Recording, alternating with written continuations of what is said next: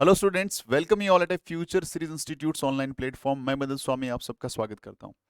आज बात करेंगे इस वीडियो में आरआईएमसी के एप्लीकेशन फॉर्म के बारे में। बहुत सारे पेरेंट्स को कंफ्यूजन है कि जो जून में एग्जाम होने वाला है उसका आरआईएमसी का फॉर्म, क्या हम लेट हो चुके हैं, क्या फॉर्म भर पाएंगे नहीं भर पाएंगे। इससे पहले एक वीडियो में बताया कि आप फॉर्म भर सकते हो, तसल्ली से भर सकते हो, खूब सारा टाइम है। 25 अप्रैल तक पहुंचना है, तो आपने यदि फॉर्म नहीं मंगवाया है तो अभी मंगवा सकते हो। और मैं तो बोलूँगा लास्ट यदि आपका फॉर्म पहुंचता है 15 या 17 तारीख तक भी, तो भी मंगवा लो और उसके बाद फिल करके सेंड कर दो, क्योंकि आपको आपको वापस से देहरादून नहीं भेजना। आपको अपने ही स्टेट के कैपिटल के अंदर जो ऑफिस है उसमें भेजना है, और आरआईएमसी का जो प्रोस्पेक्टस आएगा उसमें एड्रेस आएगा। इस वीडियो में बात भी करेंगे हम लोग। सबसे पहली बात, मंगवाएं कैसे।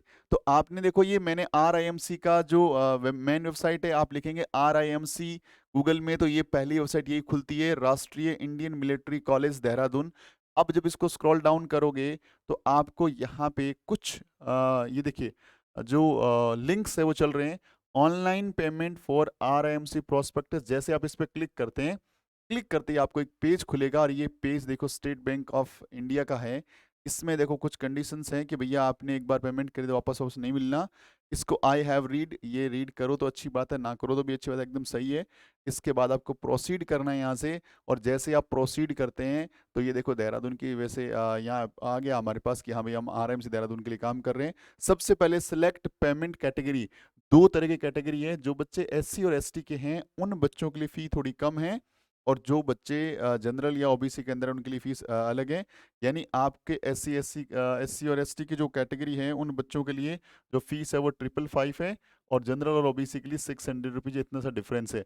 लेकिन ये बहुत ध्यान से, क्योंकि यहाँ पे आप कोई गलती नहीं करें।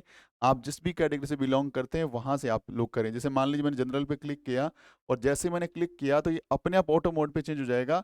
और यहाँ पे कुछ इन्फॉर्मेशन मैंने भरनी है, कुछ इन्फॉर्मेशन भरनी है। जैसे सबसे पहले कैंडिडेट का नाम, इसका नाम यहाँ पे भरना है, जिस भी बच्चे के आपको मंगवा रहे हो उसका नाम भर दीजिए। पेरेंट्स नेम, पेरेंट्स में मदर या फादर का नाम भर सकते हैं, कोई इशू नहीं है। फुल एड्रेस, अपना एड्रेस फुल एड्रेस दे दीजिए यहाँ पे। सिटी कौन सा है आपका, सिटी बताइए। स्टेट बताइए यहाँ पे कौन सा है आपका। पिन कोड दीजिए अपने जो लोकेलिटी का है। मोबाइल नंबर बहुत ध्यान से फिल करें, क्योंकि यहाँ पे बहुत सारी इन्फॉर्मेशन आपको रिसीव होगी। फीस ऑटो मोड पे देखो जनरल था तो इसलिए 600 रुपीज फीस आ गई। ये रिमार्क आप दें या नहीं दें, छोड़ दें, कोई इशू नहीं है। इसको ब्लैंक भी छोड़ सकते हैं, इसको ब्लैंक भी छोड़ सकते हैं। ये इन्फॉर्मेशन कहीं से पूछने की जरूरत नहीं है, आपको अच्छे ढंग से सब पता ही है आपको। अगेन, ये बैंकिंग डिटेल के लिए है, तो यहाँ पे नाम फिल कर दें। यहाँ बच्चे का आप डेट ऑफ बर्थ फिल कर दें। डेट ऑफ बर्थ के लिए इस पर क्लिक करना पड़ेगा। जैसे आप क्लिक करेंगे देखो यहाँ फिल नहीं होगा, सिलेक्ट करना पड़ेगा यहाँ से। यदि आप अपने घर पे भर रहे हैं तो जैसे क्लिक करेंगे तो यहाँ सिलेक्ट करना पड़ेगा। जैसे जो भी आपके बच्चे की डेट ऑफ बर्थ है, मान लीजिए आपने बोला कि 6 अप्रैल, तो ये देखो 6 अप्रैल 2010 यहाँ पे आ गई।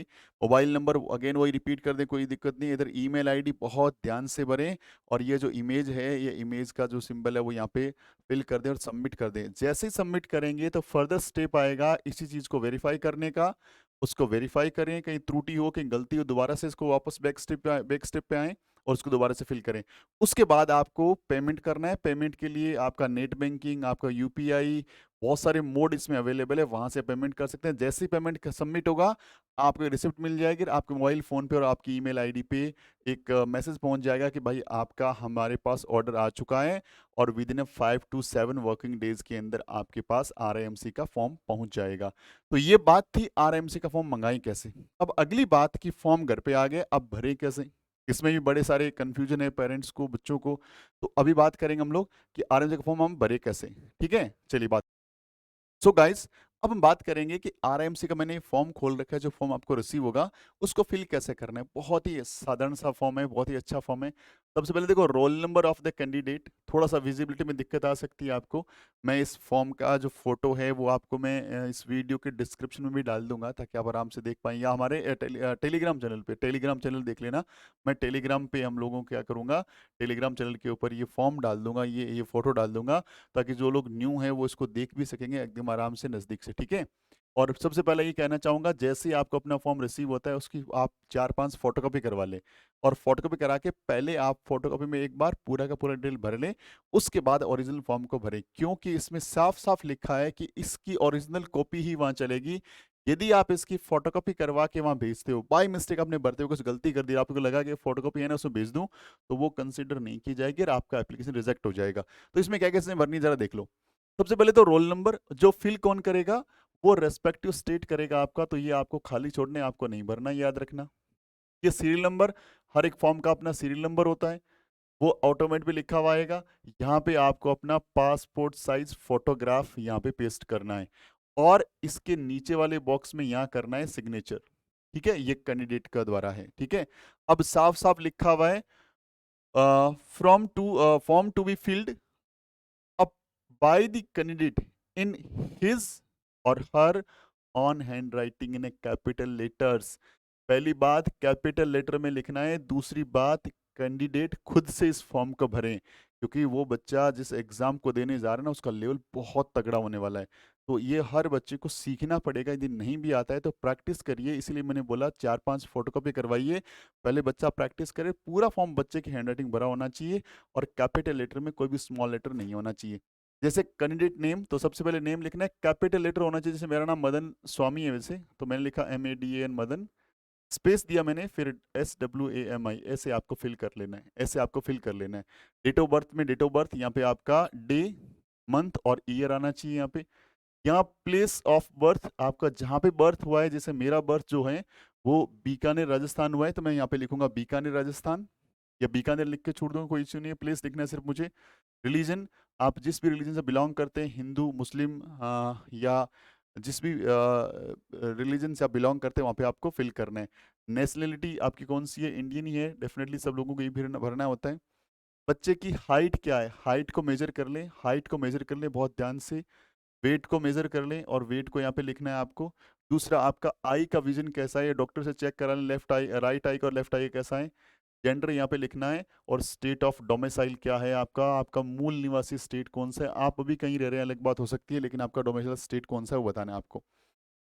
आइडेंटिफिकेशन मार्क्स, इसके अंदर आपकी बॉडी के ऊपर ऐसे कुछ मार्क्स हो सकते हैं। जैसे मेरी बॉडी में बात करूं तो मान लीजिए मैं बोल सकता हूं मेरे हैंड पे जैसे मोल बना हुआ है, तो मैं बोल सकता हूं मोल ऑन ए राइट हैंड बोल सकता हूं। तो ऐसे आप चीज़ों को बताना है जो आपके आइडेंटिफिकेशन कर सके, जो आपकी यूनिकनेस है, जो किसी के कोई चोट लगी हुई है या कुछ भी ऐसे मार्क्स हैं अपनी बॉडी के ऊपर, तो उनको उनको यहाँ पे दो चीज़ों को यहाँ पे जस्टिफाई करना है, वो आपको ढंग से चेक करके यहाँ पे फिल करना है। एग्जाम सेंटर का नाम, एग्जाम सेंटर का नाम, तो एग्जाम सेंटर की लिस्ट आपके प्रोस्पेक्टस में होगी, वहां से आप एग्जाम सेंटर का नाम फिल कर सकते हैं, वहां से आप ना एग्जाम सेंटर का नाम ले सकते हैं। प्रोस्पेक्टस को बहुत ध्यान से आपको पढ़ना है। यहाँ पे कैंडिडेट आधार नंबर, तो आधार कार्ड जिन पेरेंट्स ने नहीं बना रखा है वो अपने पेरेंट्स अपने बच्चे का आधार कार्ड और खुद का आधार कार्ड अभी अप्लाई कर दें, ताकि जैसे ये फॉर्म पहुंचेगा तब तक आपका आधार नंबर आपको मिल जाएगा। तो विशेष तौर से ध्यान रखें, इसमें मांगा है इसने। दूसरा, फादर ऑब्लिक मदर आधार नंबर, या तो फादर साहब का आधार नंबर या मदर का आधार नंबर यहाँ पे आपको राइट डाउन करना है बहुत ही अच्छे से। डेट फॉर एग्जाम, अब आपको जून वाला एग्जाम फेस करना है या दिसंबर वाला, पहली बात तो ईयर कौन सा, अभी जैसे जून को 4 जून का एग्जाम है तो आप बोलेंगे 2022, कब है 4 जून को जो एग्जाम है, 4 जून को जो एग्जाम है। ठीक है, अब आपको दिसंबर वाला करना है तो यहाँ पे ईयर लिख दें, कोई इशू नहीं है। टर्म फॉर एडमिशन, देखो यदि जो बच्चा जून का एग्जाम देगा उसका जनवरी के अंदर एडमिशन होगा। जैसे अभी जो बच्चे 4 जून को एग्जाम दे रहे हैं उनका एडमिशन 1 जनवरी 2023 को होगा, यानी उसका एडमिशन उस टर्म में माना जाएगा। दूसरे जो बच्चे दिसंबर में एग्जाम देते हैं उनका एडमिशन जुलाई के अंदर होता है, नेक्स्ट सेशन की जुलाई में। तो ये चीज़ें ध्यान रखनी है कि आप किसका एग्जाम दे रहे हैं। जो बच्चे अभी जून 2022 का एग्जाम दे रहे हैं तो यहाँ पे लिखेंगे 22 और यहाँ पे लिखेंगे आप 23। कौन से एग्जाम के लिए, 23 एग्जाम के लिए हम लोग एडमिशन के लिए बात कर रहे हैं यहाँ पे। अब detail of member of family brothers and sisters only, यानी जो भी आपके बड़े भाई बहन छोटे भाई बहन हैं उनकी डिटेल यहाँ पे देनी है। यहाँ पे सीरियल नंबर लिखना है, जैसे 1, कोई ब्रदर है तो उसका नाम जैसे लिखना है, जैसे मेरे ब्रदर का नाम राम प्रताप है, मैं लिखूंगा राम प्रताप, और यहाँ उनके लिख दूंगा डेट ऑफ बर्थ। उसी ढंग से मेरे सिस्टर का नाम मैं लिखूंगा यहाँ पे और उनका डेट ऑफ बर्थ यहाँ पे लिखूंगा। इसी ढंग से मेरे कोई और ब्रदर सिस्टर है तो मैं उनकी डिटेल्स यहाँ पे फिल करूंगा। ये भी बहुत केयरफुली फिल करनी है क्योंकि ये सारी चीज़ें भी वहाँ पे चेक होती है। प्रॉपर ध्यान रखें कोई भी इंफॉर्मेशन आप इनकरेक्ट ना भरें। फादर नेम यहाँ पे फिल करना है, अच्छे ढंग से कैपिटल लेटर्स में होना चाहिए। फादर्स ऑक्यूपेशन, और ऑक्यूपेशन में आपको स्पेसिफाई करना है ऑक्यूपेशन स्पेसिफाई करना है। यदि आपके फादर एक किसी प्रोफेशन में टीचर हैं, डॉक्टर हैं, तो वो फिल फिल करना है, डॉक्टर में किस तरह के डॉक्टर हैं वो। तो ध्यान रखना है आपको प्रॉपर स्पेसिफाई अपने फादर की यहाँ पे जो ऑक्यूपेशन है, जो उनका काम है, बिजनेसमैन है तो बिजनेसमैन किस का बिजनेस वो कर रहे हैं वो राइट डाउन करना है यहाँ पे आपको। और आपके फादर की एनुअल इनकम क्या है वो बताना है आपको। आपकी मदर का नेम क्या है और मदर की नेम, मदर का ऑक्यूपेशन क्या है, सेम फादर की तरह। ऑक्यूपेशन नहीं है तो हाउस वाइफ लिख सकते हैं आप लोग। और मदर्स एनुअल इनकम कितनी इनकम यहाँ पे लिखनी है। और परमानेंट एड्रेस यहाँ पे आपको राइट डाउन करना है, ठीक है, with pin code. Pin code को बहुत ध्यान से भरें, इसको गलती ना करें क्योंकि पिन कोड से ही आपका डेटा पहुंचता है। परमानेंट एड्रेस का मतलब वो एड्रेस हो गया जो आपके डॉक्यूमेंट्स के अंदर अवेलेबल है। अगला, फिर इसने एड्रेस मांग लिया। एड्रेस फॉर कॉरस्पॉन्डेंस मतलब आपको यदि कोई डॉक्यूमेंट भेजा जाए तो हो सकता है कि आपका परमानेंट एड्रेस पे आप नहीं रह रहे हैं, नई लोकेलिटी में आप रह रहे हैं, या नई जगह पे एड्रेस में आपकी लोकेलिटी में हो सकता है वहाँ पे लेटर प्रॉपर्ली नहीं पहुँचता और टाइम लगता हो। आप यहाँ पे एक दूसरा एड्रेस भी दे सकते हैं जिस एड्रेस पे आप चाहते हैं कि आपके सारे के सारे डॉक्यूमेंट आएँ। जैसे कई सारे बच्चों का मेरे पास कॉल आया कि सर आप लोग फॉर्म भरवा के आप लोग फॉर्म मंगवा लो, तो ऐसा भी कर सकते हैं। बट यहाँ पे ध्यान रखना, आप किसी दूसरी जगह फॉर्म मत मंगवाएं क्योंकि आपको बहुत सारी ऐसी चीज़ें हैं जो आपकी स्कूल से करवानी इसी फॉर्म पे। तो यदि आप कहीं दूसरी जगह फॉर्म मंगवाएंगे, इतना टाइम नहीं है, फिर वहाँ से फॉर्म रिसीव करके खुद लेके आएंगे, फिर वापस वहीं पे देंगे, फिर उसको सेंड करेंगे, it will take so much time. तो खुद अपनी रेस्पॉन्सिबिलिटी से फॉर्म को मंगवाइएगा। तो यहाँ पे आपका कॉरस्पॉन्डिंग एड्रेस आ जाएगा, यहाँ पे उसका पिन कोड नंबर आ जाएगा, कोई घर का ऑफिस का टेलीफोन नंबर है या रेजिडेंस का टेलीफोन नंबर यहाँ पे डाल देंगे। मोबाइल नंबर तो फिल करना ही करना है 100%। ईमेल आईडी बहुत ध्यान से फिल करनी है। Name and address of school in which presently studying, या आप जिस भी स्कूल में पढ़ रहे हैं उस स्कूल का पहले तो नाम फिल करना है, फिर उसका एड्रेस फिल करना है, स्कूल का एड्रेस क्या है, क्लास कैसी है और मीडियम ऑफ इंस्ट्रक्शन क्या है, आपका मीडियम कौन सा है, हिंदी इंग्लिश वहाँ पे राइट डाउन करना है, या दूसरा मीडियम भी तो राइट डाउन करना है। How many times appeared before the RMC entrance exam, give state or state roll number, date and year। यदि आपने इससे पहले कोई भी आरएमसी का एग्जाम दिया है तो उसकी पूरी डिटेल देनी पड़ेगी, किस स्टेट से दिया था, आपका रोल नंबर क्या था और आपका डेट एंड ईयर क्या था, किस डेट को आपने दिया था, ये आपको बताना है। इतनी इंफॉर्मेशन किसने भरी, कैंडिडेट ने भरी। तो कैंडिडेट यहाँ पे सिग्नेचर कर देगा। जैसे मान लीजिए ये सिग्नेचर कर दिए मैंने, तो कैंडिडेट को यहाँ पे सिग्नेचर करना है। सिग्नेचर के लिए कैपिटल लेटर होना बहुत मतलब जरूरी नहीं है, वो तो आपको रनिंग हैंडराइटिंग में होना चाहिए। सिग्नेचर आपको रनिंग हैंडराइटिंग में लिखना है, तो ये ध्यान रखना है कि यहाँ पे गलती नहीं करनी। अब brief resume of military service renders bye the candidate father और नियर रिलेटिव इफ एनी। यदि आपके फादर, यदि आपके मदर या फिर कोई नियर रिलेटिव यदि किसी डिफेंस में हैं तो उसका पूरा ब्रीफ नोट आपको यहाँ पे देना पड़ेगा, उनके बारे में चीजें बतानी पड़ेगी। और दूसरा है special achievement in sports of the candidate और अदर फील्ड। यदि आपने स्पोर्ट्स में कुछ कोई बड़ा कीर्तिमान किया है या फिर कुछ दूसरे फील्ड में काम किया है तो उसकी डिटेल यहाँ पे आप फिल कर दीजिए, ठीक है। अब यहाँ पे आपको डेट फिल कर देना है, जिस डेट को भर रहे हो, प्लेस फिल कर देना जहाँ से आप भर रहे हो। यहाँ पे सिग्नेचर ऑफ पेरेंट्स या गार्जियन, यानी पेरेंट्स के सिग्नेचर होंगे क्योंकि ये बातें पेरेंट्स ही बता सकता है। और गार्जियन यानी पेरेंट्स के बजाय उसके अपने बड़े भाई बहन चाचा ताऊ किससे भी जहाँ पे आप रहते हो वहाँ पे गार्जियन के साइन भी करवा सकते हो। अगला सिग्नेचर है signature of the head master and principle of candidates school. यानी यहाँ पे सिग्नेचर कराना है किसका, हेड मास्टर का, प्रिंसिपल का, जिस स्कूल से आप बिलोंग करते हैं। तो ये सारी बातें भरनी है इस एप्लीकेशन फॉर्म में। इसके अलावा क्या क्या बातें ध्यान रखनी है उसमें नीचे लिखा हुआ है। पहली number, the affixed photograph on the application form must be signed by the candidate below the photograph in the box. यानी आपने स्टार्टिंग में जो आपने फॉर्म देखा था ना, ये बोल रहा है उसके नीचे आप ध्यान से फोटो लगाइए और साइन करिए। नंबर 1 बात भूलना नहीं है, वापस अपने को याद दिला रहा है। दूसरी बात, 2 additional photographs must be send along the application form duly sign by the candidate on the reverse side. मतलब आपको 2 फोटोग्राफ अपने भेजने, पासपोर्ट साइज फोटोग्राफ और फोटोग्राफ यदि आपका ऐसे हैं तो उसके बैक साइड में सिग्नेचर भी कैंडिडेट को कर देना है। ये दूसरी इंपॉर्टेंट बात है।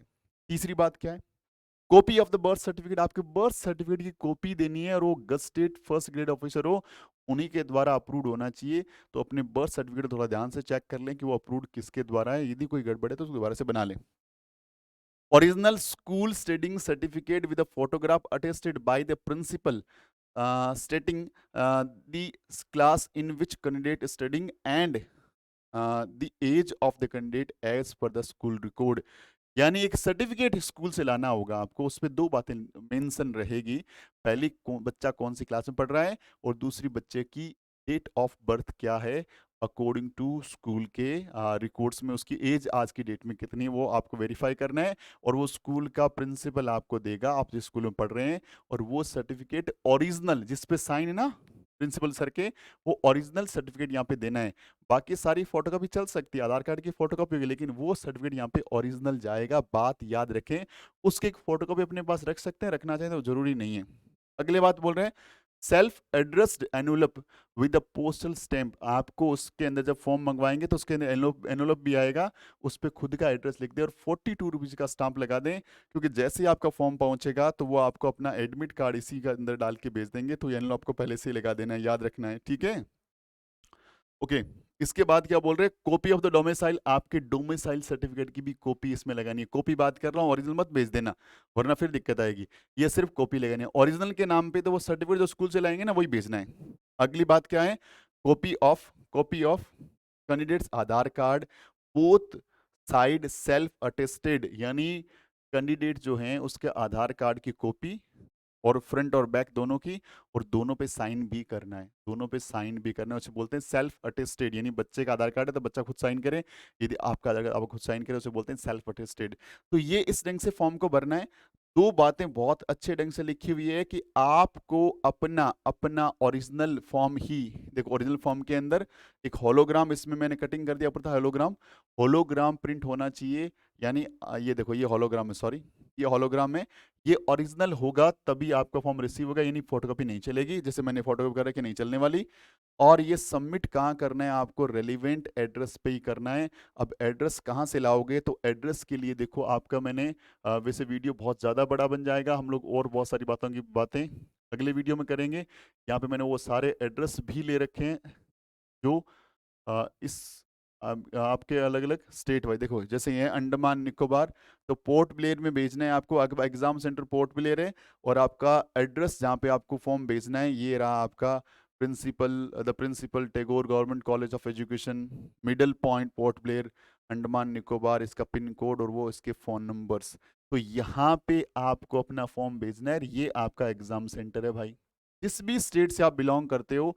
ये डिटेल कहाँ पे है, जब आपके घर पे प्रोस्पेक्टस आ जाएगा उसके अंदर से मैंने कॉपी किया हुआ है, वहाँ पे आपको सारी डिटेल स्टेट वाइज, देखो सारे स्टेट वाइज डिटेल्स है, जितने भी स्टेट्स हैं यूनियन टेरिटरी है उन सब के बारे में पूरी डिटेल है, पूरी डिटेल है। ये टोटल 39 की डिटेल्स हैं। तो गाइस इसी वीडियो में हमने इतना सा बात किया कि फॉर्म मंगवाना कैसे है, फॉर्म को भरना कैसे है, पूरी डिटेल। फिर भी यदि आपको किसी भी पॉइंट में डाउट हो तो इस वीडियो के कमेंट बॉक्स में कमेंट करिएगा, मैं आपकी हेल्प जरूर से जरूर करूंगा। या फिर हमारा जो ऑफिस का नंबर है उस पे आप सिर्फ मैसेज करें, मैं आपसे इतनी रिक्वेस्ट करूंगा हाथ जोड़ के, 7597321996, ये नंबर है हमारे ऑफिस का। इस नंबर पे व्हाट्सएप छोड़ दें, आपके जो भी प्रॉब्लम है हमारी टीम आप तक ज़रूर कांटेक्ट करेगी, जैसे ही आपका शेड्यूल लगेगा, जैसे ही आप हमें टाइम लगेगा हम आपसे ज़रूर बात करेंगे और आपकी हम पूरी कोशिश करेंगे हेल्प करने की। सो उम्मीद करता हूँ ये वीडियो आपके लिए फ्रूटफुल रहेगा कि फॉर्म कैसे मंगवाना है, फॉर्म कैसे भरना है। अगले वीडियो में, क्योंकि वीडियो का लेंथ ज़्यादा बड़ा ना हो, अगले वीडियो में मैं आपको वो बहुत सारी बातें कि आरआईएमसी में हम लोगों को किन किन बातों का ध्यान रखना है, कौन कौन सी एलिजिबिलिटी क्राइटेरियाज हैं, आरएमसी ऐसा क्या चीज़ है, आरएमसी में क्यों पढ़ाना चाहिए, आरएमसी का सिलेबस क्या है, ऐसी बहुत सारी बातें जो बहुत ज़रूरी है आप लोगों को जानने के लिए। तो अगले वीडियो का इंतजार करिएगा, उसमें सारी बातें लेके आऊँगा जो आपके लिए बहुत फ्रूटफुल है। फिलहाल इस वीडियो को यहीं विराम देंगे और आपको बता दूं कि फ्यूचर सीरीज इंस्टीट्यूट ने आरआईएमसी का एक सुपर 25 बैच जो हैं हमने स्टार्ट किया है, और वो 11 अप्रैल से स्टार्ट होने जा रहा है। यदि आपने रजिस्ट्रेशन नहीं किया है तो अभी इसका जस्ट पुराने वाला वीडियो है, इसी वीडियो के डिस्क्रिप्शन में डाल दूंगा इसका लिंक, और हमारे टेलीग्राम चैनल पे आपको मिल जाएगा। उस वीडियो को जाइए और देखिए उस पेज के फीचर्स क्या हैं। यदि आप आरएमसी की तैयारी कर रहे हैं तो वो पेज सिर्फ आपके लिए। लेकिन अगेन या रिपीट करूंगा, उसमें जनरल वो बच्चे एडमिशन ना लें, क्योंकि उस बेच का लेवल बहुत ज़्यादा हाई है। और यदि आपकी बेसिक्स अच्छे नहीं है, आप एडमिशन वहाँ ले रहे हैं, तो आई होप कि वो बैच आपके लिए बिल्कुल भी फ्रूटफुल नहीं रहने वाला, क्योंकि उसमें हमारा स्पीड और हमारा लेवल थोड़ा अप रहने वाला है। तो गाइस वो आरएमसी के लिए स्पेसिफाइड बैच है, और यदि आप नॉर्मल सैनिक की, मिलिट्री की या नवोदय की तैयारी करना चाहते हैं, तो हमारी 11 अप्रैल से ही फाउंडेशन बैच भी स्टार्ट हो रहे हैं। फटाक से अपना रजिस्ट्रेशन करवाइए, क्योंकि सीट्स बहुत लिमिटेड हम लोग लेके आते हैं और उसी पे हम लोग काम करते हैं। तो मिलते हैं नेक्स्ट वीडियो में, तब तक अपना ख्याल रखें, खूब सारी पढ़ाई करें। So wishing you very all the best and जय हिंद।